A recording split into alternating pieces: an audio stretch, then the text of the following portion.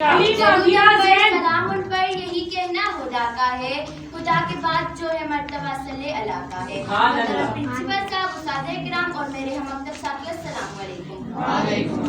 आज मुझे जिस मौजू पर लफ्ज़ शेयर करने का मौका मिला है वो है शान रसूल सल्लल्लाहु अलैहि वसल्लम। सदराए वकार कायनात गटरडोब तारीकियों में डूबी हुई थी जब लोग तशद्दुद की ज़ालाबारियां, वसूल तबाही, दरिंदगी की फिजा में परस्ती, बेरोजगारी नापेद हो चुकी थी। नजर कश्तिगान सतम उम्र नसीब का मातम हो रहा था। शराब, शबाब, कबाब अहले अरब की रगों पे में सराहियत कर चुका था कि ऐसे आलम रहमत आलम खुदाबंदी को जोश आया और बान रब्बी अव्वल की सुबह का सुरूज तुलू हुआ कि मगर शक की तारीखें रफ्ता रफ्ता काबूल होती गई। रसूल हाशमी ने कल्ब नजर कुफ्र शिर्क के हसो अशा के मुबर्रक मुनज़्ज़ह करके तौहीद और रसालत का गहवारा बना दिया।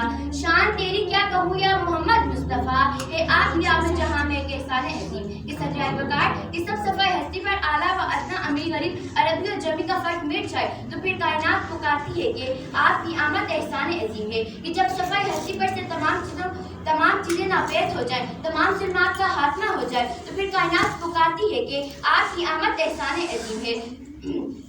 जब सदियों से बनाई हुई रसूमात से मुंह मोड़ कर बेटों को इज्जत दी जाने लगी तो फिर कुदरत पुकारने लगी कि आप की आमद एहसान अजीम है। जब गारिशोर में मकड़ियाँ आपके लिए जाला बुनती है तो बताती है कि आप की आमद एहसान अजीम है। सदराए वकार ज़मीनी मखलूक़ात से बशर को आप सल्लल्लाहु अलैहि वसल्लम की आमद के बाद अशरफुल मखलूक़ात का दर्जा मिला तो फिर कायनात पुकारने लगी कि आप की आमद एहसान अजीम है।